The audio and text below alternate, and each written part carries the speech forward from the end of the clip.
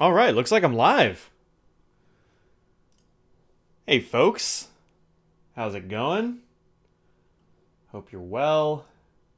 Let's do some setup here before there. All right.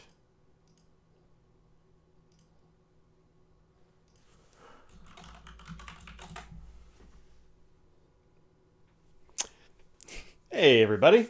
It's weird. Google actually, or not Google, YouTube over here is telling me that 0 people are watching. So that's cool. It appears that there are at least a few people watching. So, hey, Jesse, Michael, RS, Grota, Paul, and Kevin, at least. So, oh, Netherlands. Awesome. I have some tulip bulbs from the Netherlands that I actually need to put in the ground very soon. So that'll be happening soonish. As soon as the ground dries out enough for me to dig in it again. YouTube thinks you're not a person. YouTube thinks that everybody. Oh wait, now I've got 5 people watching. So I guess it just takes a little while to catch up. No, they probably think you're a person. I don't know. I don't know. I didn't. They didn't ask me. They did. I'd tell you it was. Hey, Denise, Angel, Xie. I'm gonna guess it's G. G Way, Ottawa. Robert from Ottawa. Cool, cool, cool. It is 4 p.m. here on the East Coast of the U.S., so that means that it is time to chat about stuff. 14, huh? See, he's telling me I have 11, so maybe it just gives you better actual stats than me. I wouldn't be surprised. You never know with YouTube. Seems like everything. Oh, so now it says I've got 14. It says my stream health is shitty. I don't know. Seems like it's okay. Hopefully things are coming through all right with y'all. So how's your Friday? Happy Friday! It's the official starting drink of this little cast, and that's the Key Lime LaCroix. I'm a big fan of Key Lime LaCroix. They are not a sponsor. If you want to be LaCroix, hit me up. My 14 viewers. That's reach. That's reach. I've only gotten one pin thing in the mail so far, and this week, and you haven't seen that flavor, dude? See that flavor because it's real good. I've only gotten one pin thing in the mail, and it is actually today, so that's kind of fun. Yeah, it's gonna fade in. Well, hi, Mr. Nose. How you doing? There's a cat right here. That's his tail. Come on, face. Show the people your face, man. I know. His traditional greeting is a headbutt. Haven't seen my Honeycomb review? Oh, I haven't reviewed it yet. This week has been crazy busy. I've somehow I fell like a week behind in my grading schedule, and I am only catching up today. So I haven't done a Honeycomb review, but that is coming up soon. This is what it looks like right here. It is a real beautiful kind of dark honey sort of color. Let me get a little closer. Yeah. So that's what it looks like. And my review so far is that it's pretty good. I haven't tried it really on many papers. Looked really good there. I've been using it in this Franklin Christoph Flex nib on my Panther, and it's been great. I haven't used it on, well, let's see. I have it on this. Oh, no, I don't. Nope, I don't. Thought I did. Ow. Just gave myself a wicked bad paper cut. Thanks, Rhodia Pad. I've used it on my Baron Fig Mastermind. That's about it. And a little bit on some Rhodia, that kind of stuff, but I really like it. I've been using that actually, and Stone Road of Guion, this one from Coyote Eero. Do I have it in this stack? No, I don't. And I think I like Honeycomb way better than I like that Coyote Eero. The Coyote Eero one seems really kind of thin. I don't love that in ink, and the Honeycomb seems like it's got better saturation. Hey, who else has joined? Let's see. Oleo taco? Gross. Don't eat an Oleo taco. That doesn't sound good at all, Teresa. Angel just got Honeycomb in the mail yesterday, and you dig it. Yeah, cool. It's real good, at least so far. Like I said, I haven't had much chance to play with it, but it is in a pen that's right in front of me, and I am digging it so far. So definitely if you like that kind of color, like you like the KWZ honey, that's pretty good. Oleo? I don't know. Oleo is like a margarine sort of thing. Maybe it's a brand? I don't actually remember. I remember Oleo vaguely from my childhood or something. I don't really use butter in anything right now. But anyway, if you like the KWZ honey or some other like weird sort of yellowy browns in that area, I would definitely check out Honeycomb for sure. It's pretty cool. The bottle is real nice. Comes in a smallish bottle. I think you can maybe get it in the larger plastic bottles with the what do you call it, like the eyedroppery cap thing. But this is a beautiful label, I think. I'm not sure who designs the label. I want to say it's probably Scott, but I don't actually know. And this one came out really well, I think. I like this approach. Looks good. Looks good. Grabbed Terra Firma. I still had some. Oh yeah, I didn't learn that they were getting rid of Terra Firma until it was already kind of gone. I said something about Terra Firma, and Audrey said, "Oh yeah, no, we're retiring that one." And no, there are some that are pretty close to Terra Firma, but I haven't seen anything that's exactly the same. I know I've seen a bunch of people comparing it to Monteverde's Canyon Rust. I think Canyon Rust is not as red; it's more coppery, but it's pretty close. It's a cool color anyway, but I really like Terra Firma. I'm glad I got a bottle a while ago. Used up a whole pen to refill a Honeycomb. Nice. Nice. Oh yeah, I forgot. They had it at the Ohio Pen Show. I actually didn't even find out about Honeycomb until after the Ohio Pen Show. And my wife works there. So if you think I have inside tracks at FC, you are wrong. You are wrong. I don't. Let's see. Friends in China, about 12 bottles. Nice. Oh man, do they combine shipping or something? Because that's got to cost a lot to... Well, I guess if you get enough, they have free shipping, but still. Woo! Woo! Eating from the UK. Hey, Dapper Man. How's it going? Hola, Paco. Let's see Casa dude. Yep. Favorite yellow brown is KWZ honey. Yeah, so the KWZ honey is, I think, if I remember right, is kind of lighter than Honeycomb is, but also Honeycomb doesn't have any smell. So if you hated the smell of the KWZ honey, which I didn't really mind it. I've got a little sample of it over here. It's like the original old one, and so I kind of haven't reviewed it because I don't have a current sample, and I think it looks different now. But it's real nice. So this one doesn't smell at all, which is cool. Got 3 bottles of Terra Firma. That is a solid choice. It is a good ink. It reminds you of Monteverde Copper Noir. I haven't got Copper Noir yet, although in ink news, I do have the whole Noir set coming. I bought the set from Bertram's Inkwell. If you want to get a set of them of your own, go check out Bertram's Inkwell. I bought it. It's not like a sample or anything, but hopefully it'll be coming soon. I haven't heard back, but I think they'll be sending it. I sent them money, so I'm sure it'll be coming. Honeycomb lighter than KWZ. Oh, really? Interesting. I thought KWZ would be lighter. Like I said, I haven't really used it. But Denise has a lot of inks. She's got more ink than I do, I think. So, I believe her. Yep. I do have a big box from Jet Pens coming, hopefully, in the next few days. It did say the anticipated arrival was like the Wednesday before Thanksgiving, so... That's not great. I hope I'll still be here. Or I hope, it comes and doesn't like get hung up in the Thanksgiving holiday and all that kind of stuff rather. But if I do get that, I will, and I have time before Thanksgiving, like it gets all crazy, I will do an unboxing. We'll talk about the stuff here. But I've got some inks coming. I've got a couple of things for the Hobo Nietzsche coming because, where's my Hobo? Now I'm talking about it. Because I've actually started doing some stuff with this Hobonichi. Like, I started putting some dates and stuff in it. Well, it comes with dates. I'm putting, like, events in it. I put, like, little bits of washi tape on the edges so you can see where the months are, and I can sort of get to those easier. I got book darts. Let's see if anything sensitive in here. Nope. So I got book darts to mark the months and mark other places and stuff. So I got a couple of things coming for this. I've been putting in some stickers every once in a while because it's fun. I have this giant bag of stickers and washi tape that is Audrey's. Oh, and there's another bag down here that's also stickers and washi tape and stamps. So I'm going to be getting busy on that. But as far as planners, I got another planner coming.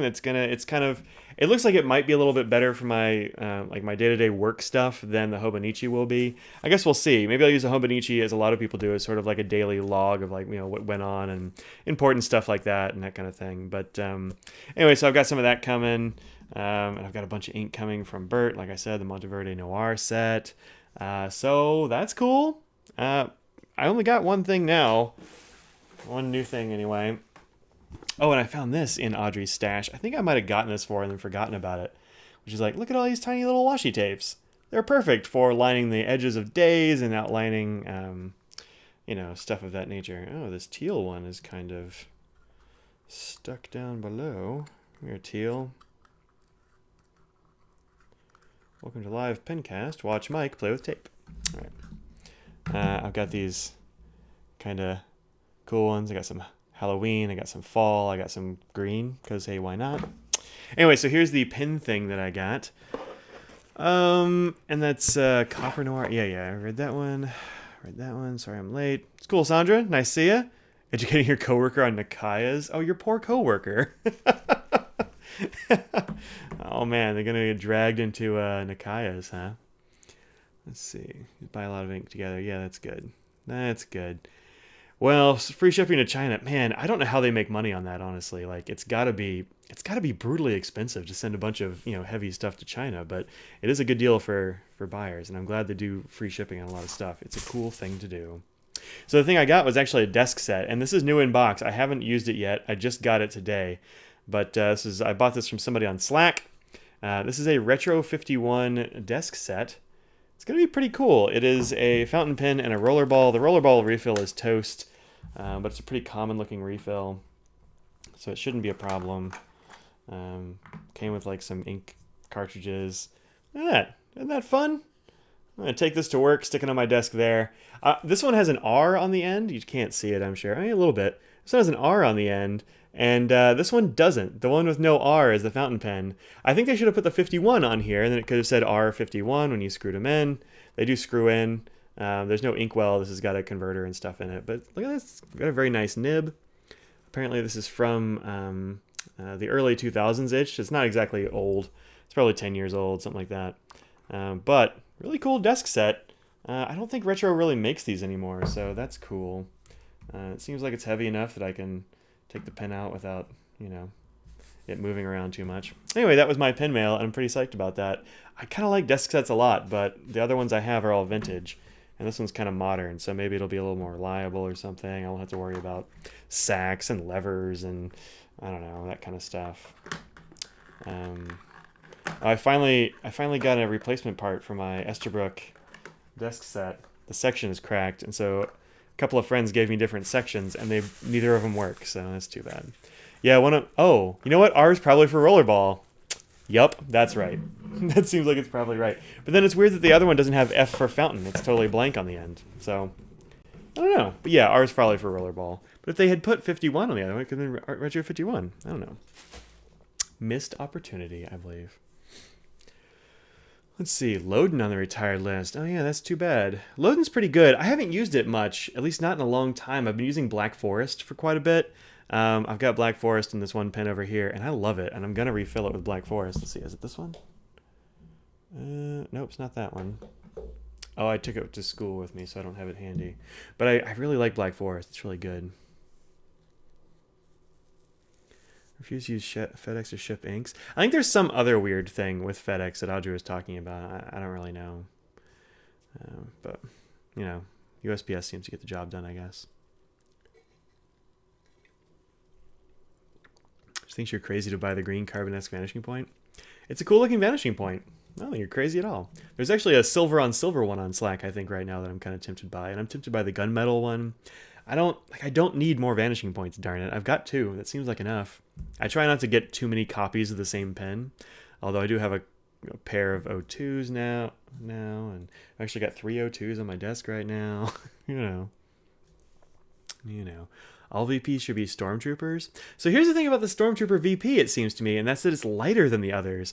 I was playing with them, and it just feels lighter, and I don't really know why. Maybe they use a different acrylic or a different, some barrel mechanism or some weird thing, but man, the VPs are kind of an addictive thing, and they're like Pokemons. There's so many of them. So many of them. I've got a friend here who actually takes the clips off and paints the internals and puts it back together, and it looks pretty cool. That's pretty cool. What is Slack exactly? Slack is it's like Discord or any of those other sort of chat apps. But the Pen Addict, Brad Dowdy, has a Slack that he runs, and if you want to get on that, go to what is it? Hello at penaddict.com, I think. But it's really good. There's a lot of pen people on there. Pretty friendly community. We've got a buying and selling forum. We've got forums for all kinds of stuff, from drinks to nail polish to ink to fountain pens, all kinds of stuff. And you'll see a lot of us on there. So that's why I talk about the Slack. I like to sort of pimp the Slack. It's pretty good. There are actually a lot of members that don't post anything. I think there's like 1,800 members or something. And I don't. There's definitely not 1,800 people that post. Let's see if it has. I don't know how to find it anymore. I know there's a way. Anyway, there's a lot of people. But yeah, check out Slack. It's pretty good. It's a free app. You can get it for PC. You can get it for your phones. You can get it for Macs. All over the place. It's free. Find your... Writing with the Stormtrooper is not as accurate as other pens. That's interesting. It could be the nib, too. Depending on what size nib you got. The medium nib is actually pretty big. And it's got a lot of tipping. So, it's pretty cool. And the Crimson. Oh, you got the Crimson one, huh? Yeah, nice. Yeah, the stub nibs from Angel, is that a stub nib that's like a pilot stub, or do you have somebody stub it? Because they can be different. The pilot stub nib is actually really italic last time I used it. It's very sharp edges, so it tends to catch a little bit. I rotate my pen. I can't use italics at all. Yeah, the Crimson's cool. There's also that Fire Engine red one that was like a limited edition. I know Anderson Pens has some of them that were sort of like a reissue of the limited edition. I guess Pilot took a bunch of extra parts from the original limited edition and put them back together into pens. So exactly the same, except they're not numbered, which are pretty cool. They're kind of expensive for me. I'm cheap. But pretty cool. Pretty cool. Oh, you tuned it? Yeah. Solid choice. A broad nib, huh? I haven't even used their broad nib, but I'm not surprised since the medium is so big. I'm not surprised the broad is pretty big. It's weird that Pilot does that because their fines and extra fines are they're kind of, well, actually, I guess it's not that weird because as I hear it, they don't really use the bigger nibs, the stubs and the mediums and broads and stuff in Japan. And so probably those are just made for the U.S. market. And so they got the U.S. sizes. Seems right. Seems right. Little stationery store. Sorry to carry home. Oh, neat.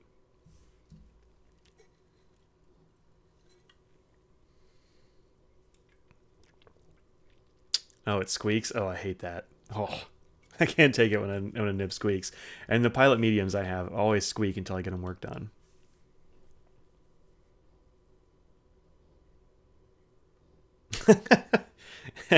I didn't pick up on the Stormtrooper shooting accuracy thing. Yeah. Although, every time they talk about Stormtrooper shooting accuracy in Star Wars, they talk about how accurate it is. It's super accurate. These blasts are too accurate. They couldn't have been made by sand people. It was definitely Stormtroopers. I know some Star Wars, bro. Come on. Dapperman, I did get that J. Herban ink you were telling me about. So I'll have that in the future, too. So I got a J. Herban, I got a Nemocene, and I got a... another Califolio because I really like those. I got those from those, from the jet pens. Your brow will become a blade. Oh man, cool, cool. I can't. Well, I take that back. The blade I can use.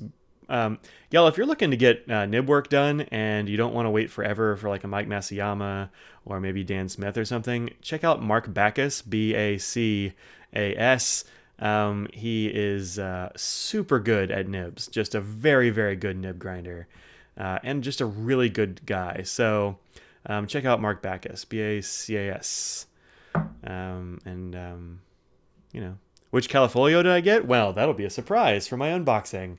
It is a very popular one that I will probably not use a lot, but it gets a lot of play on the interwebs and people want to see it. So that's my hint for which Califolio I got. I do have, and I've been using recently quite a lot, this one, which is Zamna.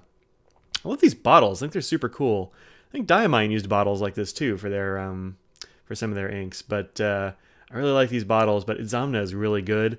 And the ones that really interested me the most in the Califolio range are the oranges and such. Some of their blues are okay, but none of them look super, dense. I like a good, dense blue, a good saturated blue. Anyone else had ink starvation issues with the VP? Yes, I have, especially mediums. I have had nothing but problems with those. They always have to get worked on. I know I'm the only one, but, Hey, Oscar, how's it going? I also would like to see my review of Montverde Noir inks. I haven't heard that they've been sent or anything, so if you talk to Bert, ask if they got sent, because I haven't gotten anything. We'll see. Yeah, I'm looking forward to them. It's going to be a while. Yeah, Mark, the nib grinder Bacchus, he's great. So some evaporation. Oh, that's weird. Mine never evaporate. Well, it does, I guess, but it takes a long time. I've been using... Where is it? Did I take that one with me too? It's in my backpack if I did. Oh, I've been using this nomadic backpack, and I'm really liking it. Oh, I don't have it here. Where are my vanishing points? Oh, you know what? I bet I ran them out of ink. Yep, they're in my clean these pens pile. Yeah. Let's see.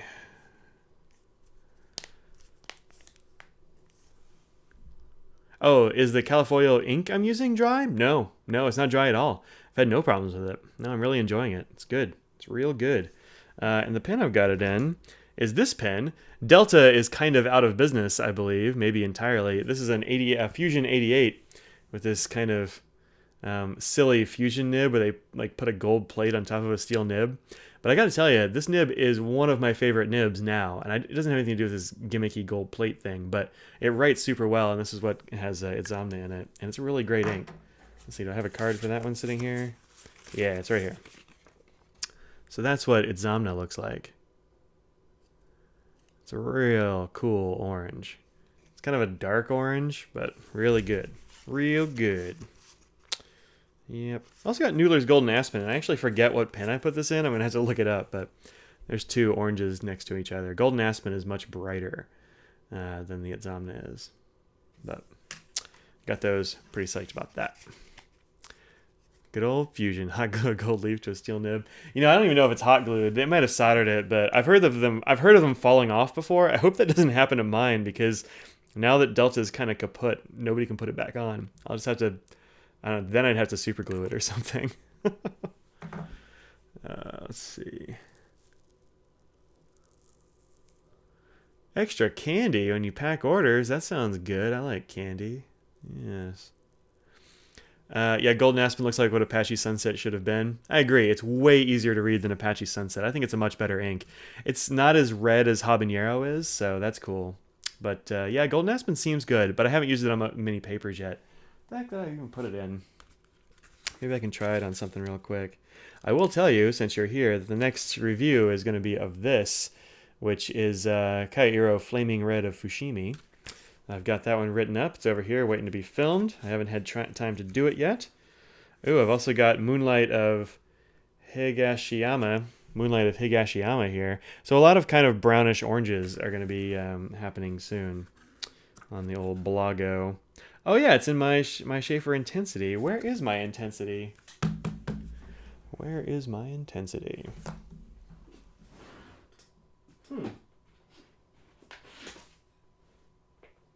That's weird. Well, that pen's around here somewhere. I hate it when a pen goes missing on your desk, you know? That's such a pain in the butt. Where'd it go? It's not in here. I've been using my S2 DuPont Ellipsis lately. Really liking that pen again. That's cool. But where is my Intensity? So I can try out that Golden Aspen.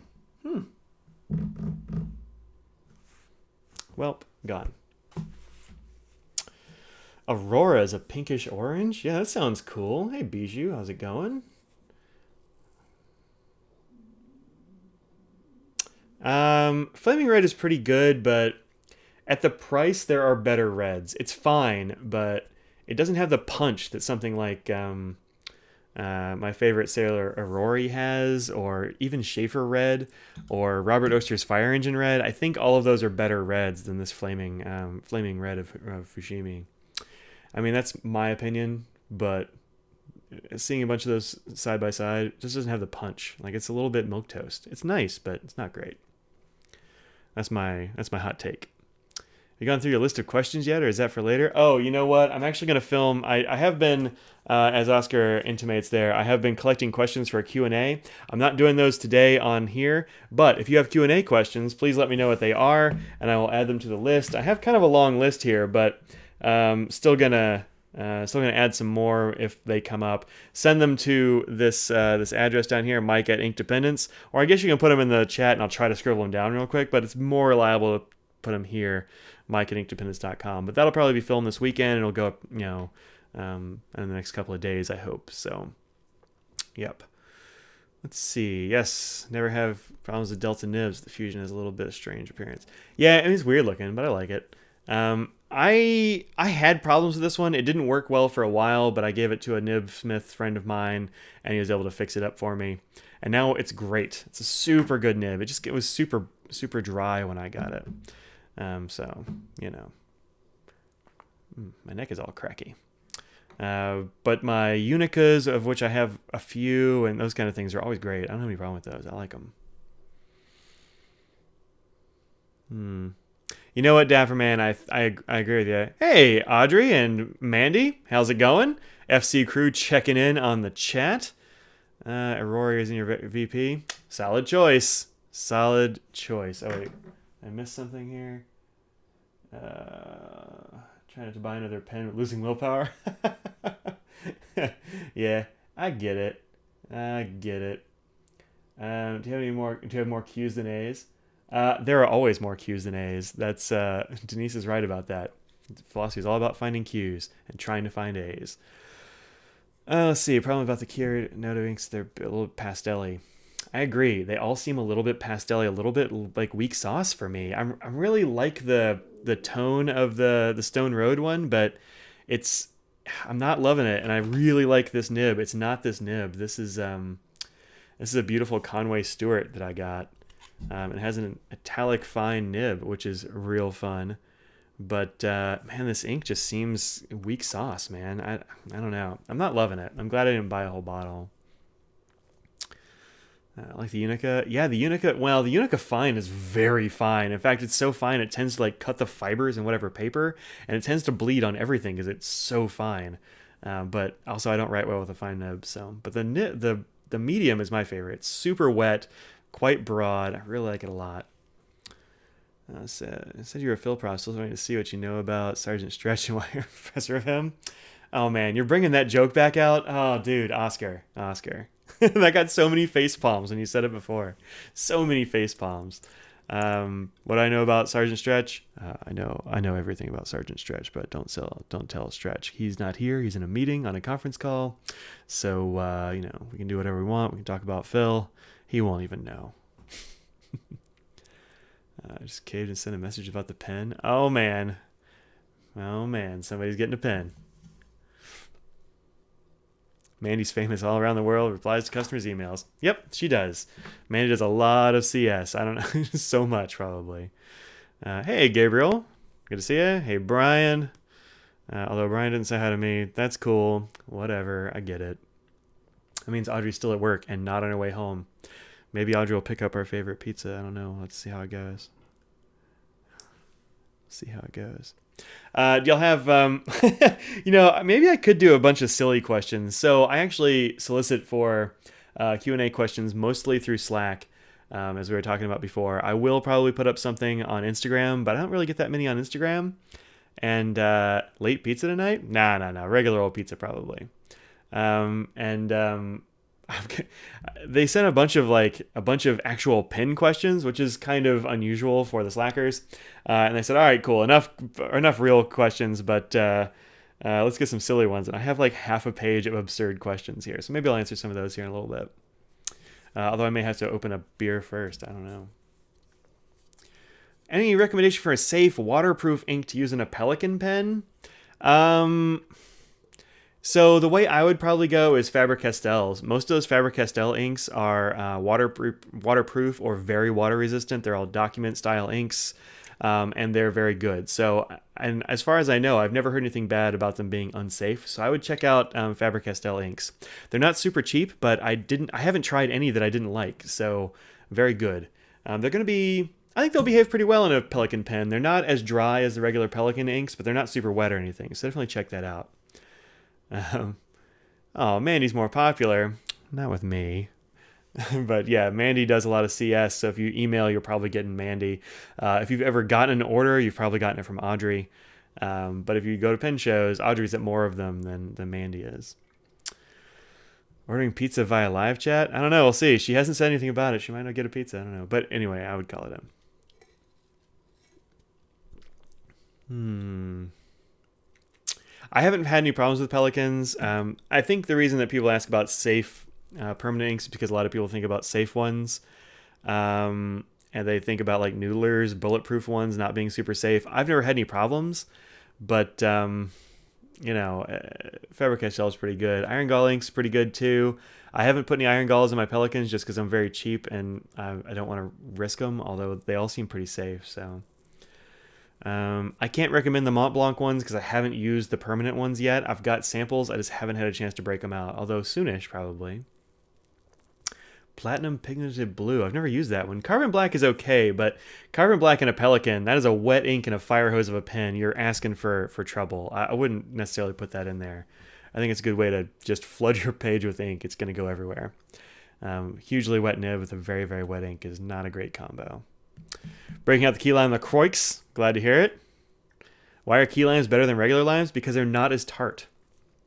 I don't know why, but they're not as tart. And I don't like the tart stuff as much. So this tastes like a key lime pie, man. And key lime pie tastes like key limes because it's like a smooth but sort of limey citrus taste. Great stuff.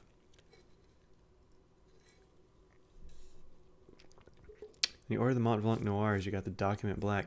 You know what? I actually was looking through swatches of blacks not too long ago, and I saw the Document Black, and yeah, it definitely looks gray. Definitely a gray. Sailor Kiwaguro. You know what? I would say Sailor Kiwaguro is totally safe. I've actually had it in this pen right here for a long time, and it's a demonstrator, and as you can see, there is nothing on the inside of the barrel in terms of staining or anything. It's got great flow. Definitely try Sailor Kiwaguro. It's not the darkest black if you're looking for a black, but it's a great ink. Definitely, I like it better than Platinum Carbon. It doesn't bleed and feather as much. GVFC, Cobalt Blue and Moss Green. Yep, those are good. I like them a lot. We're going to share a beer with the BYOB crew. Dude, the thing about that is y'all have the BYOB podcast. Also, check out the BYOB Pin podcast. It's good fun. I probably won't be there much unless my trivia gets called off or something. Sometimes our team can't make it or we don't reach critical mass. But thing is, Wednesday nights, I'm at trivia. You know what? Maybe this week I can do it from the car. I don't know. We'll see how it goes. If we do one before Thanksgiving, maybe I can do it this week. But no, in general, I can't do it because trivia. Y'all do it at like 8 o'clock. That's when trivia starts. And we are too busy crushing fools in trivia to be on a podcast. Field notes are here. Congratulations. Send out waitlist, so we slammed. Oh, no leaving it for. Oh, there's waitlist. What are you sending out? Which waitlist? Tell us all, Audrey. Tell us all the things. Aurora Black is great. It's not waterproof. It is a little bit water resistant, but it's not waterproof. It's also very wet, and so putting that in a Pelican it's not great. It'll flow. You'll get a lot of black ink, but it'll be super wet. You're not going to have a good time.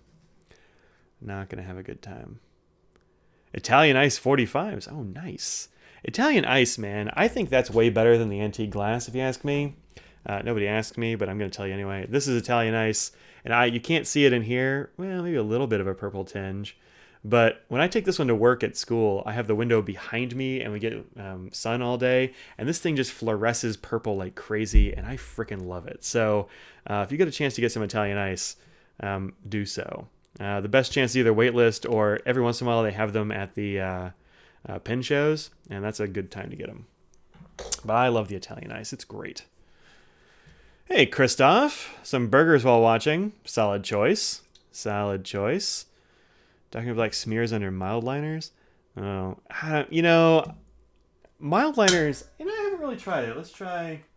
I'm always worried about using mild liners on fountain pen stuff because they're so mild anyway that they might get like ink stuck to them and ruin the whole color. Let's see what I get here.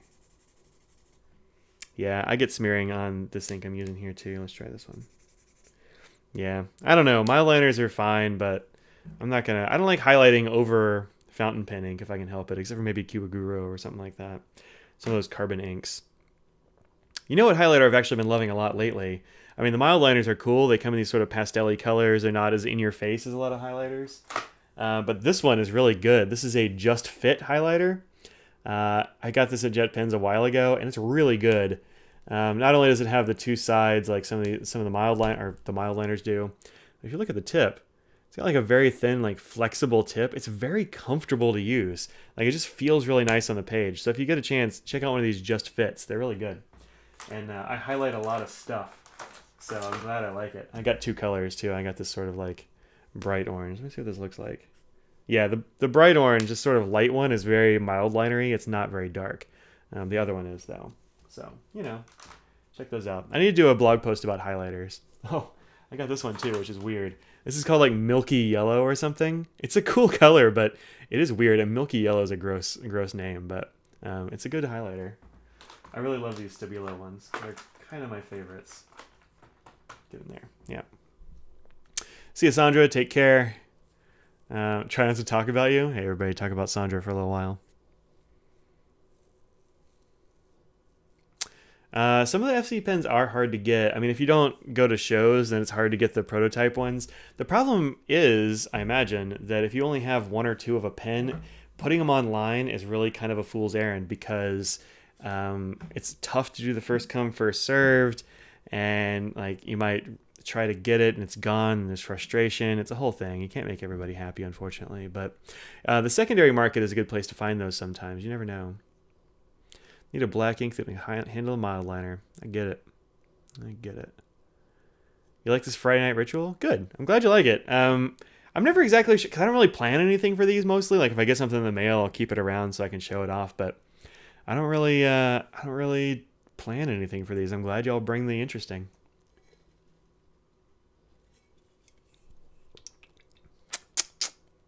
Best highlighter is putting a Newler's highlighter ink in an eyedropper preppy highlighter. I've never done that. Ew, this. Oh, gross. Gross, Oscar. Gross. Oh, man.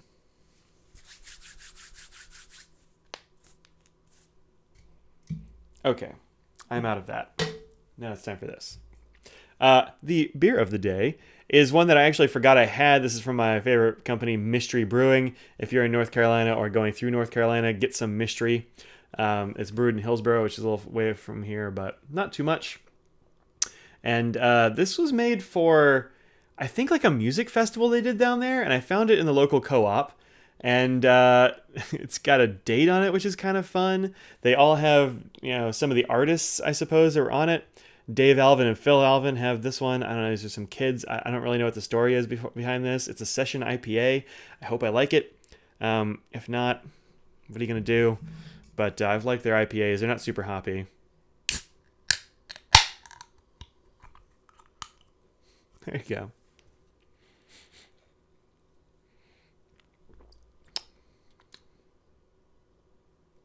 It's pretty good. It's hoppier than I would go for normally, but it's pretty good. That was for you, hoppy pens, if you're here. Using preppy highlighters inked with ink. Cheap and very good way to consume inks. What are these preppy highlighters you're talking about? I don't know anything about preppy highlighters.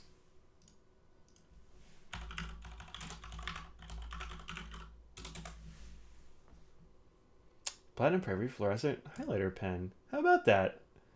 Well, if I had, I'll put this on my wish list. If I hadn't already ordered from Jet Pens, I would totally have gotten a couple of those. But it's too late now. Next time, maybe. How about that? Preppy highlighters. Didn't even know it was a thing. Welp, that's what I get. Let's see. I always miss the attics on Wednesdays, so I'm glad I didn't catch this on Fridays. Oh, yeah. The Pen Addict podcast. Yeah, I try to listen to that live. I think it's my favorite way to listen to it. I like to get in the chat room and that kind of stuff, and the chat room is usually pretty fun. Yep. I just call out of work. I know that there are definitely some people in the Pen Addict Slack and such, and are in the chat rooms for the Pen Addict podcast who will schedule a meeting in their like Google Calendar or whatever, and then hide in their cube or their office and listen to it. So just schedule a recurring meeting for that day.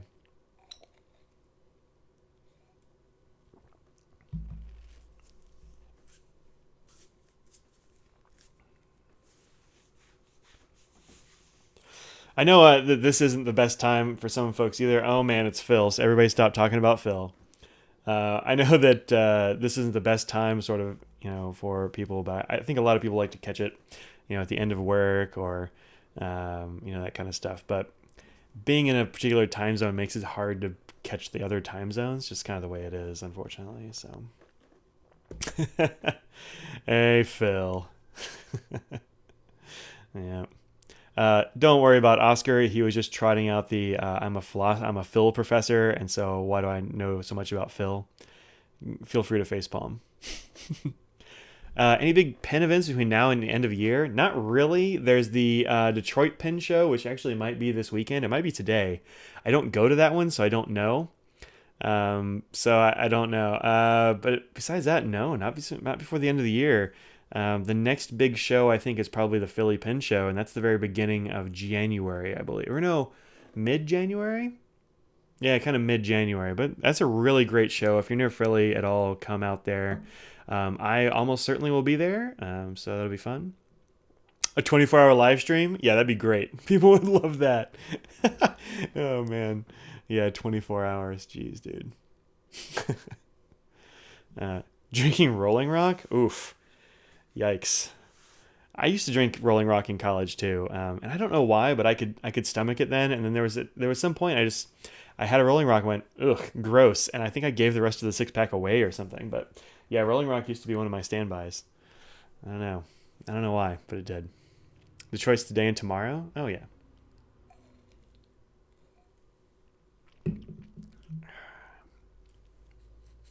January 12. Oh, so that's Philly, the 12th or 13th. So yeah, so mid-January-ish. I don't know.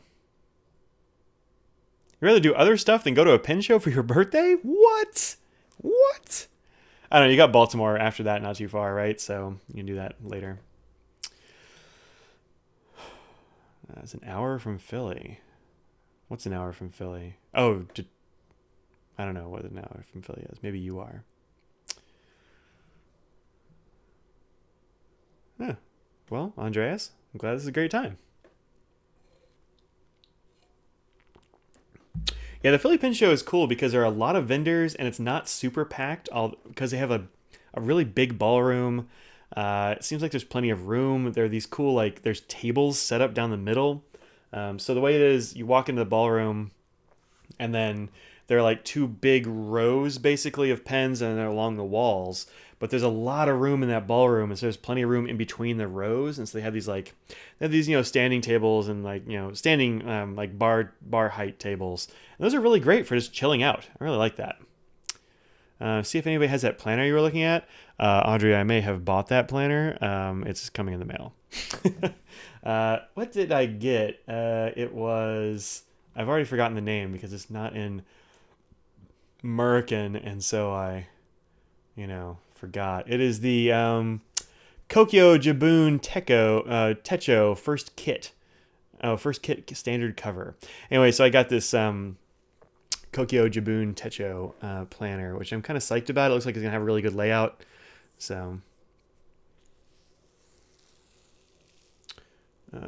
oh, you're in Hershey, PA. Okay, cool. Actually, neither of us have ever been to the Baltimore Pen Show. But who knows? We might. Like Audrey says there. So am I going to do a best pens of 2017 video? I don't know. Audrey's actually been trying to talk me into it. Let me know. What do you think? Should I do a best pens of 2017 video? I don't know. Honestly, it would be kind of tough because I haven't actually been keeping track of what pens came out in 2017. So I don't know. No, I don't want to do a best of 2017. I might do my favorite pens or something, but I don't know. Yeah, no, that's a good list right there. Monteverde Monza, Lamy 2000 Black Amber, Annie Visconti. Oh man.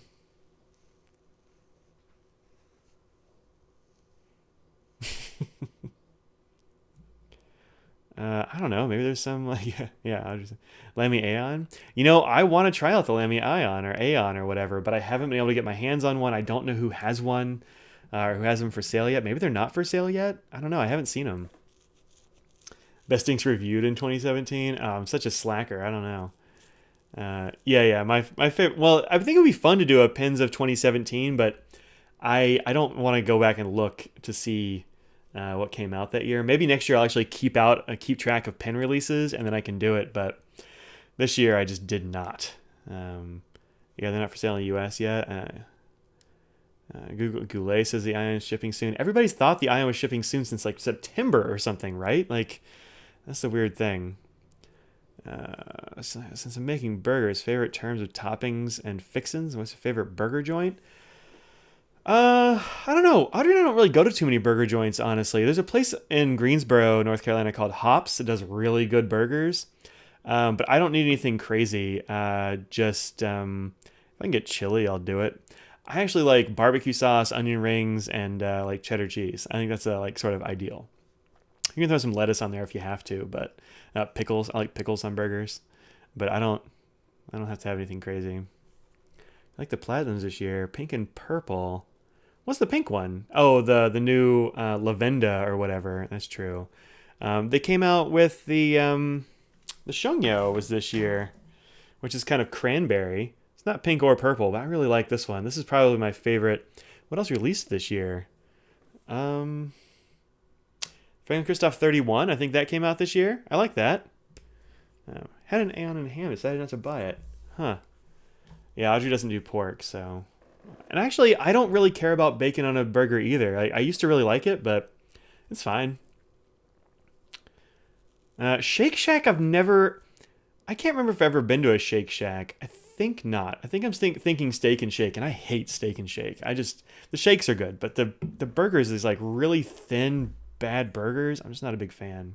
I like a thick burger. I like a well done burger. Somebody said avocado. I like that on a burger too. I'm not super picky about it.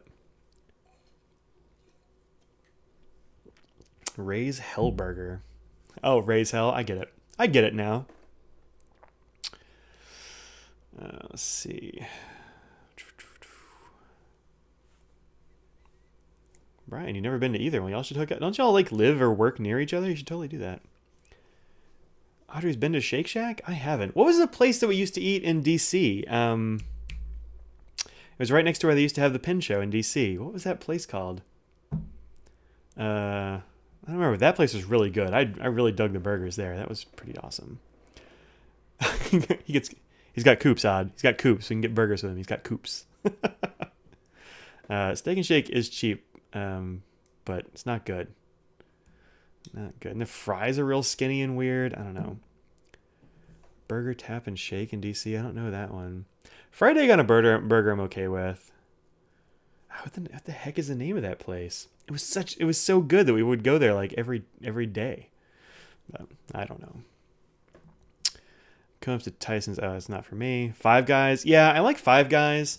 Audrey and I haven't been to a Five Guys in a while. The dude who runs all the Five Guys in North Carolina back when the Affordable Care Act was coming out was like, there was an article about him, and he was like, if this Affordable Care Act thing comes, I'm gonna like just, here's my plan. I'm gonna keep everybody at 39 hours so I don't have to pay anybody. And I'm like, that's kind of a jerk move. So I don't go to Five Guys anymore. It's not nationwide or anything. It's just local. And so I just haven't gone. Maybe that didn't happen or something. I don't know, but it kind of put me off Five Guys. I don't want to give that guy any money. I don't think it's cool. What's my preferred notepad for general writing? That's kind of hard. I tend to switch around for just random writing stuff, but I really like Rhodia stuff. As far as my desk pad, I use this Baron Fig Mastermind. Because I just started a new one. I've got blog idea, like things I'm going to review soon. I've got grading that I've been doing, and the rest of it's blank because I haven't had time to fill it out. But these are great. Sandra here actually just gave me one of her Pano books. If you haven't heard about these were on Kickstarter not too long ago. There's the Pano book logo there, but these are actually really nice. I'm shocked by how good it is. I've only used one page. I've been writing my Q&As here, but it's really good. This is a good quality paper. I really dig it. I use Rhodia a ton, so probably Rhodia or Moraman. I use a lot of Moraman. I've got a pair of those actually right here. I've got, what else do I use? I don't know, those are the ones I use the most. Fabriano makes great notebooks. I'm using a lot of Fabriano dot pads for years. I prefer now see. Fuddruckers? I haven't been to a Fuddruckers in forever. Is that still around? Man, those were good. They used to have like bison burgers or ostrich or some weird thing. I always get bison because I like bison burgers. Six Guys. Yep, Six Guys is a whole extra guy worth of quality. It's another 20%. 20% better. Rodeo 80 or 90. When I write letters and stuff, I'll use the 90, but generally the 80 because I like the spiral pads, and I don't know, I like the white color and not the off-white that you get from the 90 GSM, but it's good. Both are good. How does Moraman compare to Rhodia and Tomoe River? It's a very different paper. It's not coated like the Rhodia and Tomoe River, but it is. It's a very good paper. I really like writing on it. Let me grab a notebook here. Whoa, that was almost a tragedy. Let's see, what do I got here? So this is just some like random notes. So here's some just random writing. This is all with fountain pen stuff. You can see on the back. There's no show through. I can definitely use both sides. It's a nice smooth paper, but it's not coated or anything, so it's got good dry time. Here's another back of a page after some fountain penning. Perfectly good. Color pops very nicely on it. It's getting dark, so now my camera's getting a little weird with my lighting here, but yeah, I really like it. I think it's great paper. So yeah, definitely get some Moraman. That's definitely a good suggestion, and they're not super expensive either. So sometimes they're actually really cheap. So get some of that. I like it. The Pano book, I'm liking it too. Zach's in Burlington, North Carolina? Huh. I'm gonna write that down because Burlington, North Carolina is literally down the road from me. Zach's, huh?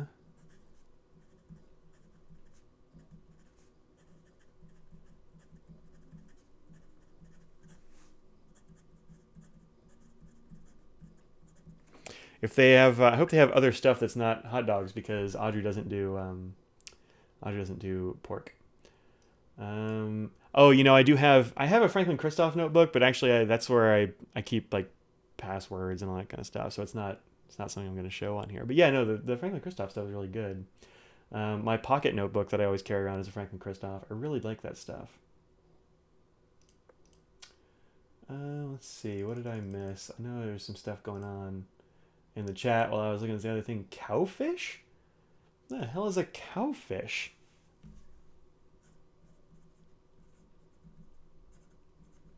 I will write that down, Sandra, since we are localish.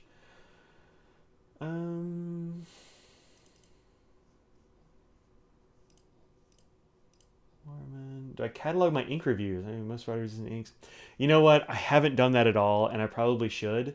Honestly, though, I haven't had any problems cleaning inks out of pens. I don't think I've had any of them that have been a big problem. My cleaning is pretty thorough. I tend to I do a lot of water through them with a baby snot sucker thing. I'll ultrasonic them like the nibs and stuff. It's never a problem. I haven't had any problem that are hard to clean out.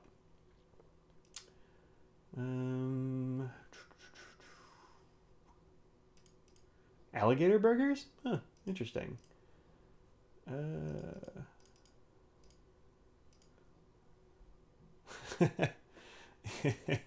Yeah, change the title. Okay, fine. Almost a tragedy.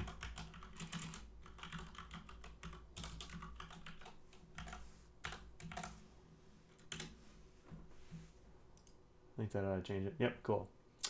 Gonna buy a ton of paper just after Christmas for school.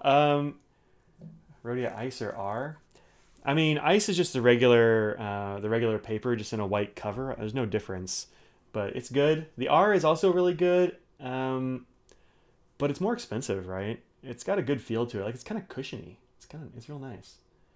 Rhodia does make a blotter size pad. What did I do with it?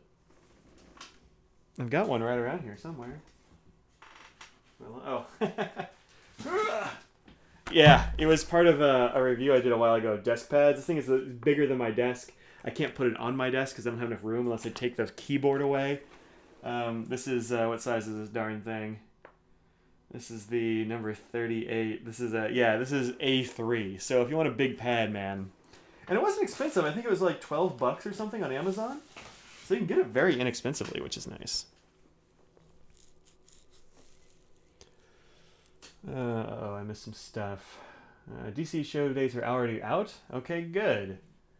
It's about time they got those out soon enough.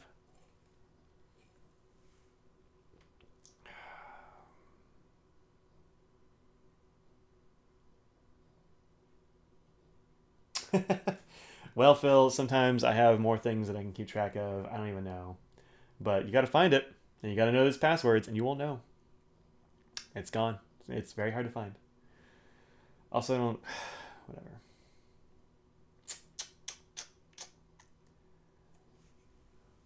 You know, it's not usually that big a fiasco, the DC show. Just last year was a fiasco, man. Usually it's pretty okay. Same hotel. You're supposed to keep your passwords on. Yeah, that's right. Not far from where the triangle pin show will be. Cool. Message retracted.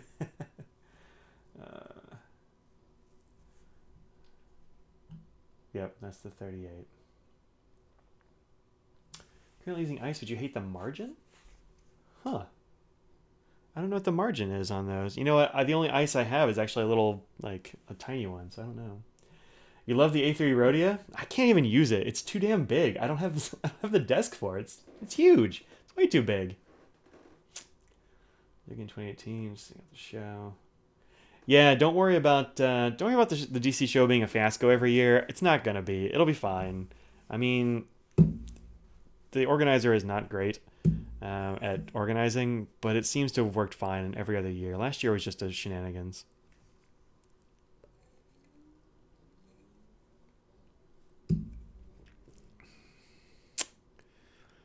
Locking the doors, that seems like it's a thing that's kind of on the hotel. I mean, they had great security. Ren was there. And they pay him in booze or something, right? So you know that's secure. You know it is. Yeah, let's not get too down on DC as a pin show. I think it'll be fine. It'd be better if it was maybe run by somebody else or somebody who would accept help in running a thing, but I don't know. It'll be fine. It'll be fine. You said half the page on an A5. Well, A5 is very small, but that's weird. Oh, you put your keyboard on top of the A3? Yeah, I don't know.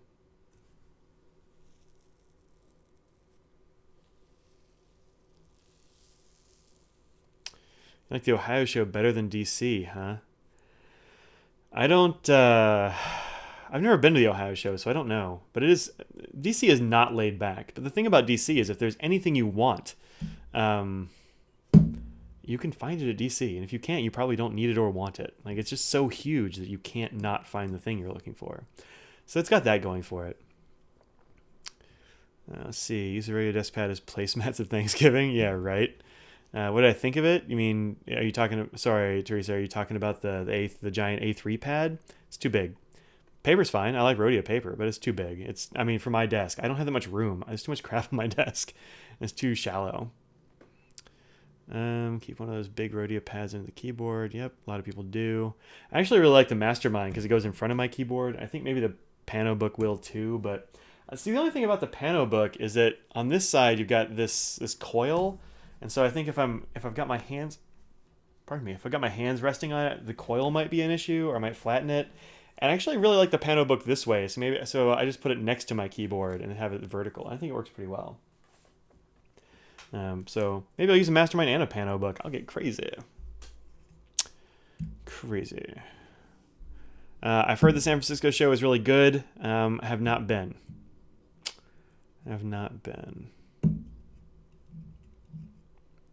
You should definitely come to the North Carolina show. It should be fun. If you can go to the Atlanta show, that's great. Also, Chicago is great. I really enjoyed Chicago. I had a great time there. The Atlanta show is always a fun show. There are so many of the like the web kids that come to that. I mean, a lot of us YouTubers, a lot of bloggers will show up. A lot of the pin community, like the younger pin community, like that come to YouTube and come to Slack and come to all that stuff. They all show up in Atlanta, and it's really good. It's a good time. Plus, if you want to meet Brad and Mike, they're there usually. It's probably going to be another Kickstarter for them. I'm not driving to San Francisco. There's a 0% chance of that happening.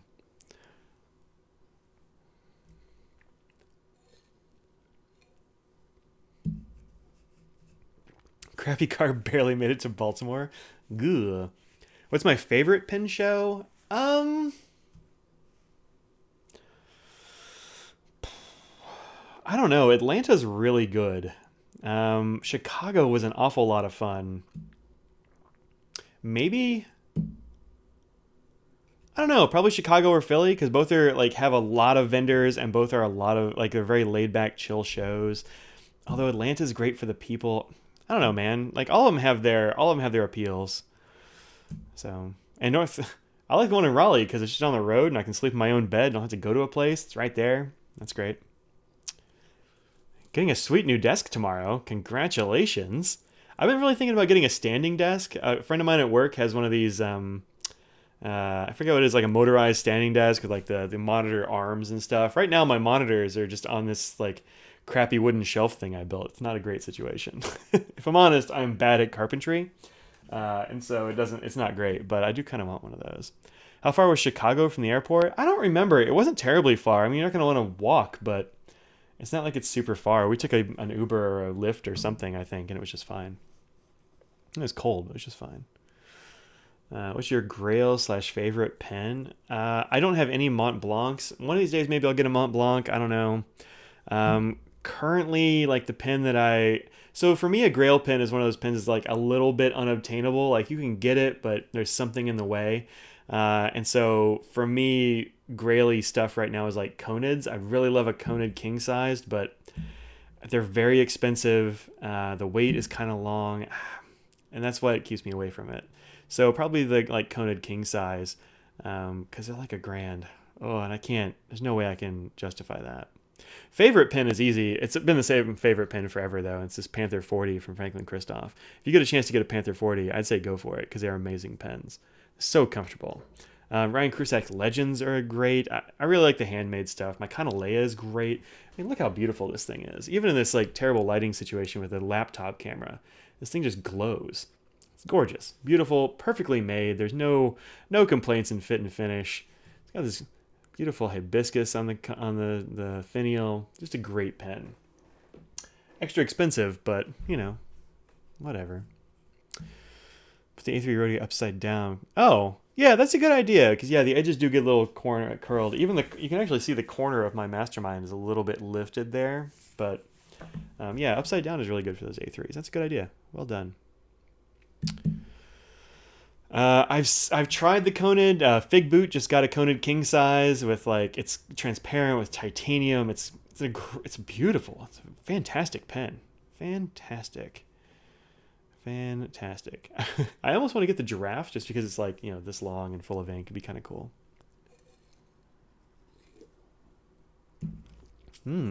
Buy some resins from Jonathan Brooks. Solid choice. He makes great resins. Do I have any experience with Nakayas or however you say it? I do not. My only experience with Nakayas or Nakiyas are the nibs, and that's because I've used a few briefly of friends, and I have a bunch of 3776s from Platinum, and they're the same nibs. I like them all. So the thing about Nakiyas is that you're really paying for the artisanship and like the fancy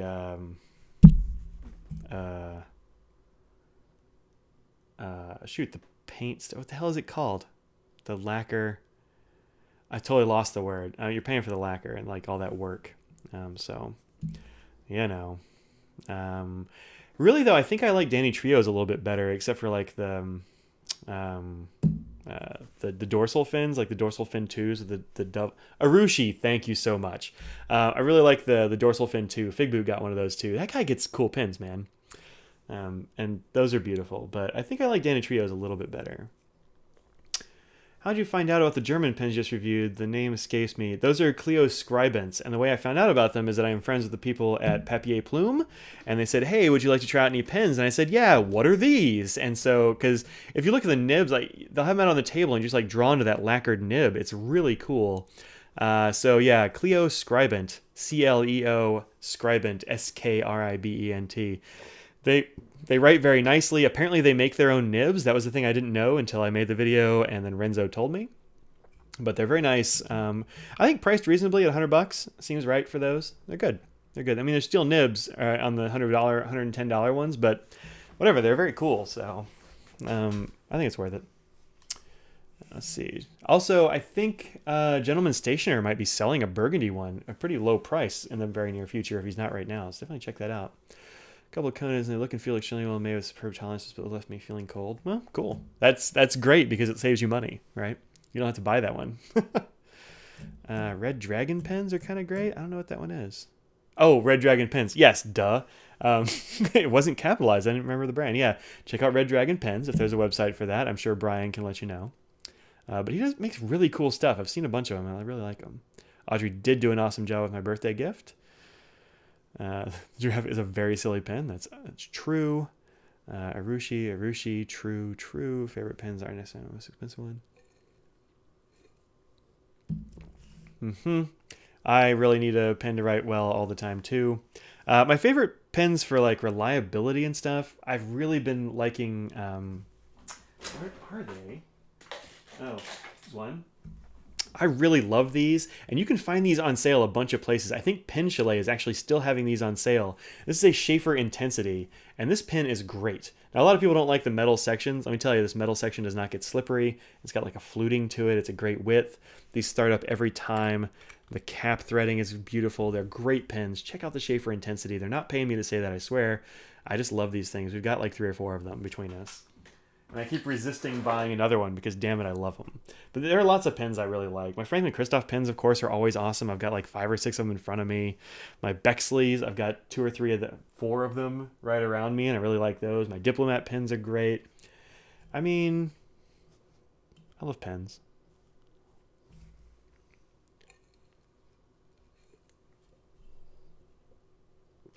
Not making dorsal fins. Oh, yeah, they're not making any for like a year or something. I think they have too much stuff in front of them. It's okay. I mean, they're real expensive, so I'm not gonna order them right now anyway. But have you ever heard of Romilo pens? Remember, right? Everything is handmade, even the nib. You know what? I've heard of Romilo pens. I can't remember where, but I definitely have heard of them. But that's all I've got for you. Your uncle's a mining machinist. That sounds awesome. Yeah, definitely go kitless from the start if you're making pens. Although kit pens, if you're going to start making and selling pens, kit pens will make you money because they're cheap to make and you can sell them at a good markup. But you can still sell them pretty cheaply. I know there are some pen makers who make a lot of kit pens for like businesses and stuff because they don't care that they're not all handmade 100%. They just want a pen that looks cool and has a little bit of a story. So, keep that in mind. I'm talking about Schaefer. My grandmother sent me 100% mint Targa. Nice. Yeah, I like Targas. I've got a cool Targa around here somewhere.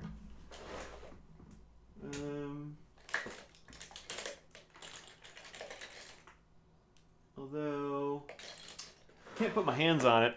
Is that mine? Nope. I can't put my hands on it, but I've got a nice Targa. The problem for me is they always leak around the inlay, which is too bad. And actually, pretty much all of these inlaid nibs have that problem. I don't know why, but they do. I've really been enjoying that 440 Penthusiast, by the way. I like it a lot. Still some modern Schaefer and Parker. I love the vintage stuff, and the quality hasn't seemed to drop off at all. Modern Parkers? I don't know. Modern Parkers are not well regarded, I don't think, generally. At least not current ones, like contemporary Parkers. Schaefers, though, I love me some Schaefers. Isn't Ryan Krusek pens kit pens? Some of them are, yep. But also a lot of them are not. He's been really doing a lot of these in the Legacy series, and these are not kit pens. These are ones that he makes The barrels are all wood. The caps are wood. He doesn't do the plastic insert for the cap. I think he gets that somewhere else because he doesn't have a plastic molding facility. This stuff is ebonite, which he turns, and then he gets the nib and feed from Yovo. So not kit pens, all of them. Some of them are, but those you're buying for like the scrimshaw or something like that. These you're buying for the handmade, just amazing, gorgeous woodness of them. But not all of them. He did start out with kit pens, but he doesn't do that. Do as many anymore. Never had a problem with leaking with any of your inlaids? Man, I've probably got some leaking right now. I have to wipe this off about every day, but it's this beautiful cadmium yellow pen. And if you look real, probably can't see it, but I'll get a little bit of green that comes along here because I've got it linked with Mont Blanc Irish Green, but it's like, sort of like leaks a little bit up the inlay. Ron Zorn said there's a thing you can use to fix that. It's like a kind of like shellac or something that's special for that. But this one's not too bad. My Targa leaks all around the inlay, and he couldn't get it to come apart. He couldn't take it apart at the pen show, and so he's like, I'll try it, but I don't want to break the pen. I didn't want to break it either, so it's okay. But I do love them. I think they're beautiful. The PFMs and, all legacies and all that stuff. I think they're great, but I've always had problems.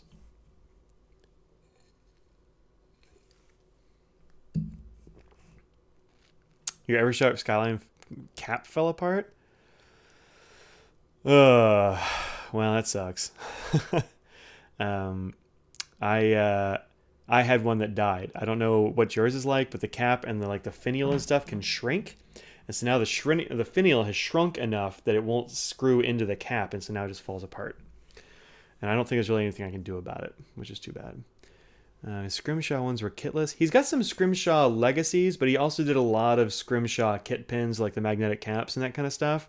And they're very inexpensive, which is cool because you get his artistry, but you also don't have to pay a lot for a pen. So it's the way to go. What wood is that Kara's pen? That one is Chittum Burl. Chittum Burl. I think it's also called Cloud Tree or something like that. But it's this burl that apparently only forms down in the rocks in Alabama or something, and you have to blast the roots of the tree out of the rocks or something, he was saying, and he'll be grinding it, and bits of rock will shoot off and spark off his lathe, and that kind of stuff. But it's an absolutely gorgeous pen. The light here is kind of crap, so it's hard to see, but this thing looks deep. It looks like you can look into the pen. It's got a slight greenish cast in here. This one I got, it was, I think, my most expensive pen, but I regret nothing. It is amazing. The Duofold definitely is well regarded. So I think the Sonnets are also pretty well regarded, but those are also very expensive. I'm not sure why exactly, but they are very expensive. Oh, he even hand makes the plastic inserts? Yeah, it might be. I don't know I don't know how he'd do it actually if he didn't. So that's probably true. That's probably true. Yeah, anything with a burl looks awesome. And man, Krusak's burl stuff is beautiful. Whole heap of tallow wood? Oh man. Around where I grew up in Texas, tallow is just a weed tree, and it's super soft. I don't know. Would it be too soft, I would think, for making a pen? That stuff is it's flexible. You can almost squeeze it. It's crazy. It's spongy.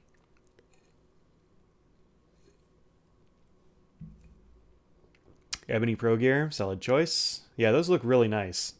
Again, I'm too cheap to buy them, but they look really nice. Who's this? Hi, Clipsy. Do you want to be on TV? You do? All right, come on. I'm going to pick you up. Ugh. Look at this. It's a 2-cat day. I know. You wanted to be up here. Why are you complaining about it? You little weirdo. She likes being up on top of things, but she doesn't like to jump, and she hates being picked up. She is a very fickle little cat. She has problems understanding what she needs. Let's see. Oh, Australian tallow wood must be a very different thing. Oh, used for railway tiles. Oh, cool. Yeah, it's a very different tree then, because the tallow we have is a Chinese tallow, and it's terrible wood. It's just garbage. It's no good for burning. It's no good for building anything out of. It sprouts up everywhere. It spreads like a bastard. It's terrible. Terrible tree. Super invasive. There's a cat. Oh, hey, keep your butt off the video. Come on, man. That's not cool. That's not cool. Don't knock over all the things. She just knocked over a stack of like dollar coins I got from the parking garage. She knocked over a bunch of minifigs. My sister for Christmas, I think it was a couple of years ago, got me some of custom minifigs. This is her Mike Goes to Work custom minifig for me. And then this is the After Hours Mike with an axe minifig. I don't know. My sister's a funny girl. But yeah, these are always on my desk hanging out. And Clipsy just annihilated the whole string of them with her tail. Because that's what she does with her tail. She doesn't pay attention to where it goes, does she? No. Here, come be on TV. There she is. That's a Clipsy cat. This is my OGest cat. She was our very first pet together. And the story behind Clipsy Cat is that Audrey and I would always go to the... Keep your butt off the camera. That's impolite. Nobody wants to see it. Audrey and I would always go to the pet shelter. And the cats they had there, their cat room was awesome because it was all open. And so they just had cats just wandering around everywhere. And then in a little like cagey kennel thing, they would keep kittens because they couldn't put the kittens out with the regular cats. They might get hurt or something. And so Eclipse here was brought to the shelter with her whole litter and her mom, I think. And she was the last one left. So she was all alone by herself in this kennel. And we would visit her. We visited her 2 or 3 times through weeks in a row. We'd go and we'd visit this silly little cat. And she was a tiny kitten at the time. She was not actually that tiny. She was probably 6 months old. So she was like a medium-sized cat. And Audrey kept telling me, you probably ought to just get that cat. You love that cat. I'm like, I do, but I'm not really ready to have a pet. I don't know. And then we were there one time, and there was this terrible boy, like just a terrible little boy. You could tell that he was terrible. And he was sort of looking at this cat, and he was trying to pet her, and she was like backing away from him, and he was like grabbing at her, and he was like trying to get his parents to come over and see this cat, and he really wants this cat. And so I just told him, you can't have that cat. That's my cat.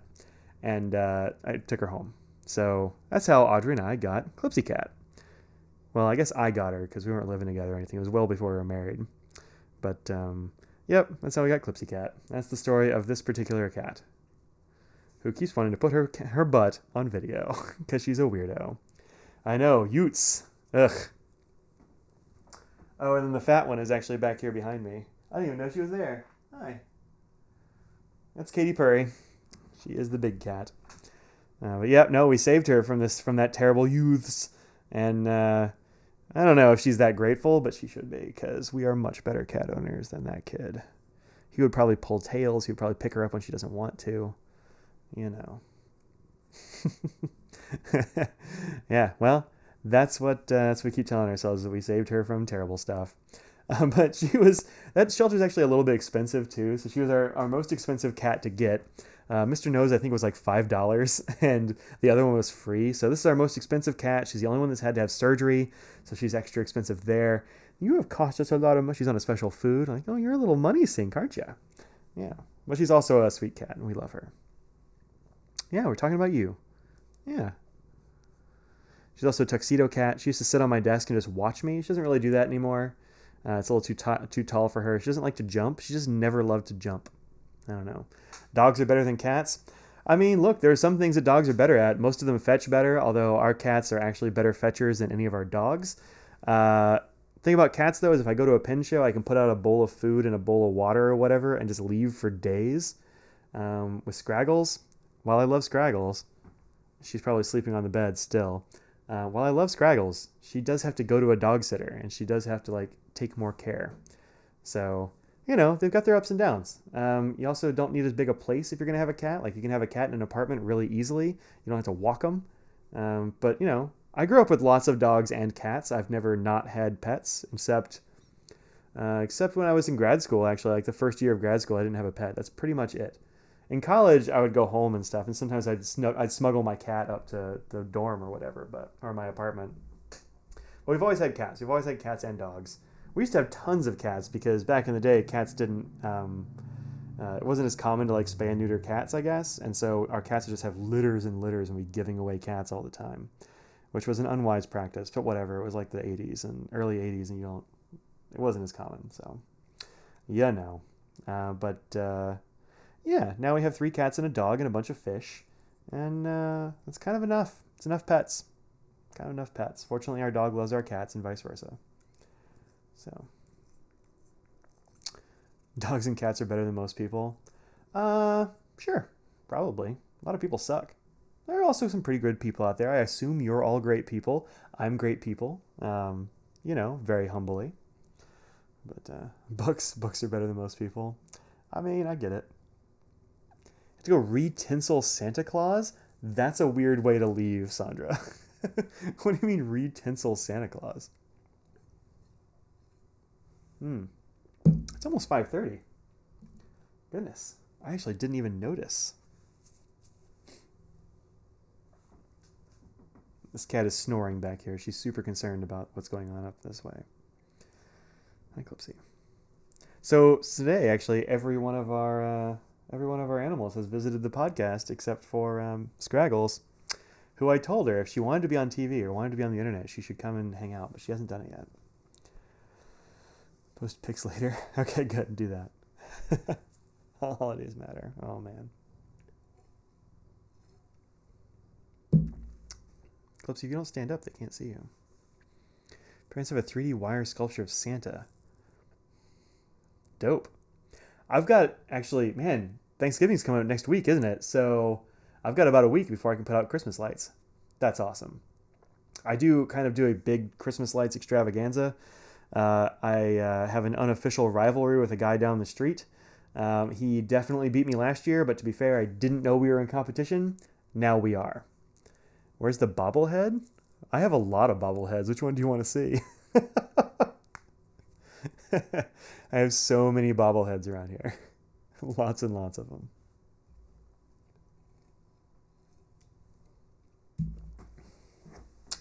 I have, here's a BB-8 bobble. I also have the other robots, or droids. I've got an R2-D2 over there. I've got a C-3PO. Oh, the one from earlier. Oh, the one from Facebook. That's my Poe, and he's over here on my desk. There he is. There's his jaunty hat. This is actually a really good Funko, although it does have a bit of a paint issue right here on his chin. I don't know how that happens. Sometimes Funko Pops will do that. This is actually the interior cup stopper thing from an Aurora Blue Black bottle. I paid a lot to get this out of the bottle, and I paid in terms of getting a bunch of Blue Black ink all over my fingers. I don't know if there's a way you can't, but it also makes a good little hat. So anyway, there's my Poe. There we go. Over on my shelf, I also have a Han Solo. I've got a Yoda. I've got an Akbar. I like the Pops. I think they're fun. What's the best all-around black and blue inks? Aurora Black I really like. It doesn't beat Kiwaguro for me, the Sailor pigment ink. Aurora Blue I don't like. I straight up just don't like that ink. It is not blue, it's purple, and it's real dry. So I just don't like it. I think their black is fantastic and their blue is junk. And their blue-black is kind of in between. I think it's got too much of the blue in it. The black is really the standout. My favorite blue is Private Reserve American Blue, which is a great blue. What else is... I think that's my favorite blue. It's easily my favorite blue. Yeah, I think so. And if you start getting into some other stuff, there's other stuff like that. But like Robert Oster's got some good blues, but still that American Blue is my favorite. It's from Private Reserve. But no, that's one guy's opinion, just mine. Yep. All right, last minute questions. It's been almost an hour and a half. It might be time to kind of sign off here. I know people watch these after they go live, like later on, in the evening and like over the week, because I see how many views they get. But man, committing to an hour and a half long podcast is so long.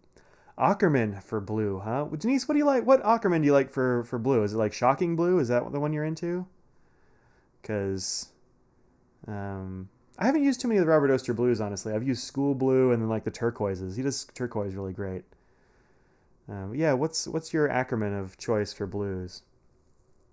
I don't think I think I've only used one, and it's the 00, and I don't really. It's fine. It's got a little bit of sheen to it, actually, which surprised me, but it also bleeds in feathers. Yeah, you know, I hear Robert Oster makes blue blacks. Oh, you know what other else Robert Oster has is blue? I always think it was like I think of the sheen first, but yeah, like Fire and Ice and all those are all blues. Yeah, that's true. Yeah, he's really good at blues. Frankly Blue, that kind of stuff. Where can you get Ackerman ink in the UK? I don't know. It might be cheapest just to get it from Ackerman, but I'm not in the UK, so I can't really tell you. They're probably maybe the writing desk has some. I don't really know. Sorry. Hopefully somebody in the chat can help you out. Passage Blau. Huh. I don't think I've used Passage Blau now that I think about it. Let's see if I have a... I'm sure I have a swatch. What is this? It's purples. Oh, this is blue. I have a few blues. Ooh, these look good. I need to start using some of my Monteverde blues. Because, man, Capri Blue looks really nice. Like, these are some good-looking blues. Horizon Blue. Amairo looks good. Oh, here's one that I really like that I didn't actually have a chance to review yet, but definitely should check out. And this is Papier Plume's Peacock Blue. I really like Peacock Blue. It's great. It's in their regular line. It's easily available. Koningsblau. Koningsblau, yeah, I use that one. That's kind of a blue-black, though, isn't it? Robert Oster's Bondi Blue is great. I really like Bondi Blue. That might be up there as my favorite blues. Sailor Sky High is amazing. How many ink bottles do I have? Just over 100, I think. 110 or something like that. I forget. There's the ink tool thing online. FP, what is it? FPC.ink. I think I've got like 109 or something like that. Which is really good. I think it's not a terrible number. It's not that many. Ooh, this is nice. Mont Blanc BMW Blue. I think actually Denise here in the chat sent me this sample, and I haven't had a chance to ink it up. I really like the swatch. Capri Blue might be closest to the old turquoise, but I don't really know. It's not... I think Capri Blue... Is that the one I saw at the beginning? Nah, it's not a turquoise. It's a straight up blue. It's kind of like a bright blue, but it's definitely a blue. For sure. For sure. Also, this Sailor Kobe 58. I've been getting a lot of requests on the channel to do Kobe inks, and I haven't done many because I've only got a few samples of Kobe inks, and so I haven't done any reviews of them. I need to, but I haven't done it. So sorry. Actually, I forgot what ink I was even looking for. Oh, Koningsblau. That's kind of a bad swatch. I mean, this is American Blue. I didn't swatch it very well. That's kind of embarrassing. It looks like that. It's just a nice deep, just a blue, man. Sky High, BMW, yep, solid choices. Liberty's Elysium is pretty good from Goulet, but it's also a bit of a high maintenance ink. It's a Noodler's and it's a little high maintenance.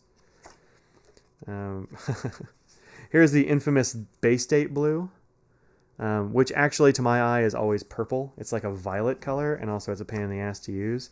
Apparently it's a big seller according to some vendors, but it's a giant pain in the ass to use. I don't know why anybody does. It's not that great. There we go.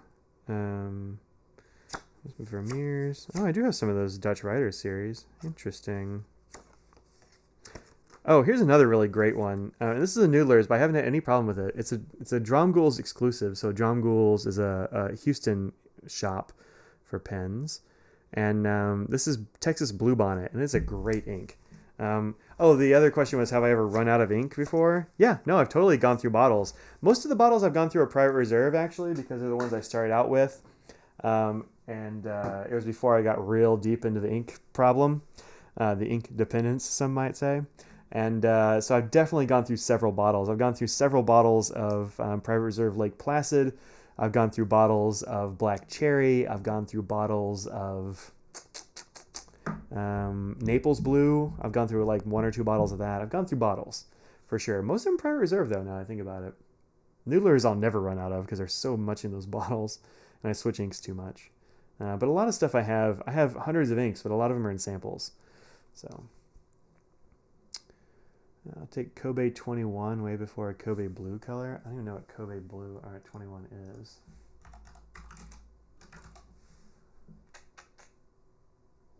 Oh. Oh, that's weird. I like it, but it's weird. Under, huh? I hope it looks good on paper. Have you used it before, Angel? Like, is it readable from a nib? Because sometimes these sort of yellowy inks are actually kind of hard to read. It looks cool in this Anderson Pens video I'm watching of it right now. Tassanji yellow. I don't know, it looks pretty dope.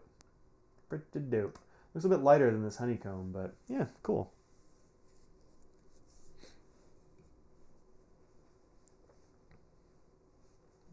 Hey, that's nice. Yeah, if you're near London, go to the London Pen Club. That's cool. Orange Crush. I don't think I've ever even tried that one. I think I have a sample of it somewhere, but I'm not sure I've ever even tried it. I should. It's been so long since I don't know. I've got a lot of ink to go through, honestly, and I've got more on the way. Those 10 Noirs, I've got 3 or 4 from Jet Pens coming. I've got some that were requested. I've got racks on racks. Racks on racks. Up in Scotland, so I won't be coming anytime soon. How far is where you are in Scotland from, say, London? I have no real idea of how like the distance works in UK. I don't know. PR is gone as far as I know. Private Reserve isn't anywhere or hasn't gone anywhere. I think it's still around. Yeah, it's definitely still around. They make Private Reserve. Very readable, huh? Cool. I'll have to try to see if I can get a sample of that someday. Because it sounds cool. But yeah, as far as I know, Private Reserve is totally fine. There was an issue a while ago, and you're still going to hear about it a lot, where they didn't put enough fungicide in their ink because they were getting some nasty biologicals in there, like mildew or whatever. But they're fine now. I've got a dozen or 2 bottles over here, and they're all fine. Let's see. London to Scotland is a long distance. Probably this next town is 400 or 500 miles. No, 400 or 500 miles is still pretty far. I mean, that's about 10 hours drive, give or take. So, yeah, no, that's far. That's still pretty legit far. Christoph, I tried the Kira Stone Road of Guyana yet. I've got that in a pen right now, and I'm not loving it, if I'm honest. Here, you probably can't even really see the color very well. It's gonna be too bright right now. The lighting has gotten weird since the sun's gone down. It's fine, but it's a little undersaturated for me, and it's just I don't love it. So they didn't actually have to reformulate the Angel. They just had to add more like biocide, which is, I mean, every ink is supposed to have biocide in it, and they just, I guess, didn't add enough or forgot to add it or something for a short period of time. There's a huge backlash against them, which I think is entirely unwarranted, because they'll replace a bottle or whatever. Yeah,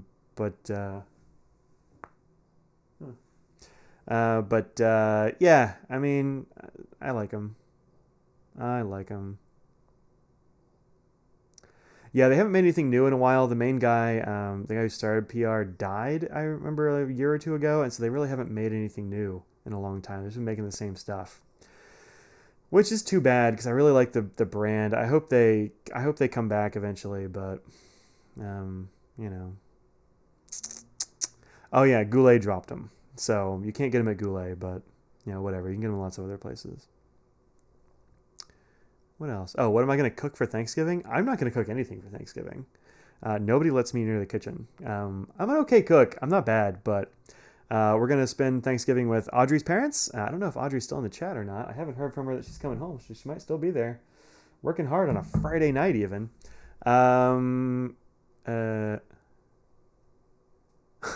That's nice.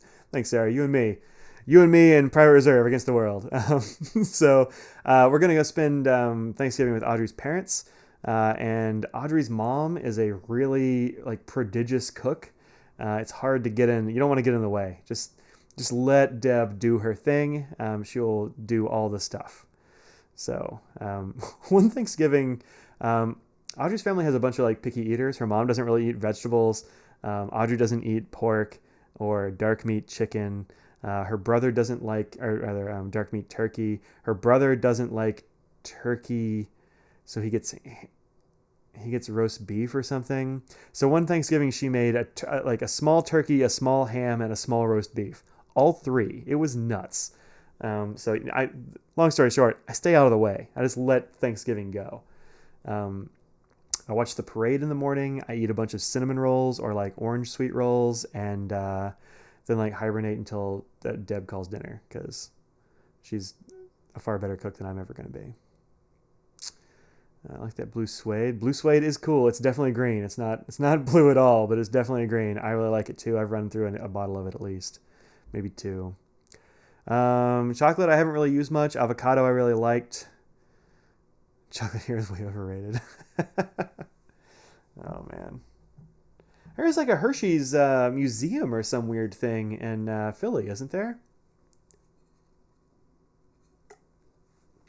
Sailor Gentle Ultramarine is the only one of the original set that I did not get. Because I just don't do purple ink much, so I don't have Ultramarine. I've got all the rest of them. And they're all great. I believe you. For sure. But I've never tried it. Now that it's back, maybe I can try it. But all Sailor inks are great. False. Here's one that is garbage. Sailor Gentle Pesh. The peach? Blech. Terrible. It's pale. It's unreadable. I don't like it at all. That's the only Sailor ink that I have just straight up not liked at all. It's the only one. Every other one is great, as far as I can tell.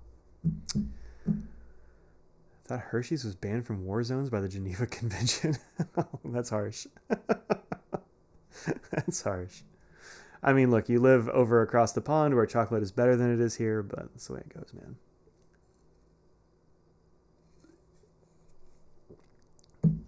Yep. All right, y'all, it has been over an hour and a half, and I'm going to let you go because it's getting dark in here, and I'm staring directly into a bright light for an hour and a half.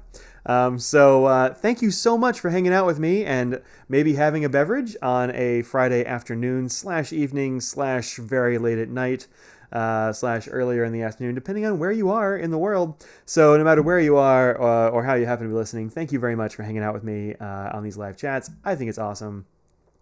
And, I'm always psyched to see so many people coming here and bringing the awesome to these streams. So have a great weekend. Be kind to your neighbors. Spay and neuter your pets. All that stuff. I will see y'all in the next video or next Friday live. Wait, next Friday? Next Friday is right after Thanksgiving. We'll see. Probably next Friday, but we'll have to see how it goes. I'm not going to guarantee I'll be here next Friday, but I probably will. Anyway, I will see y'all later.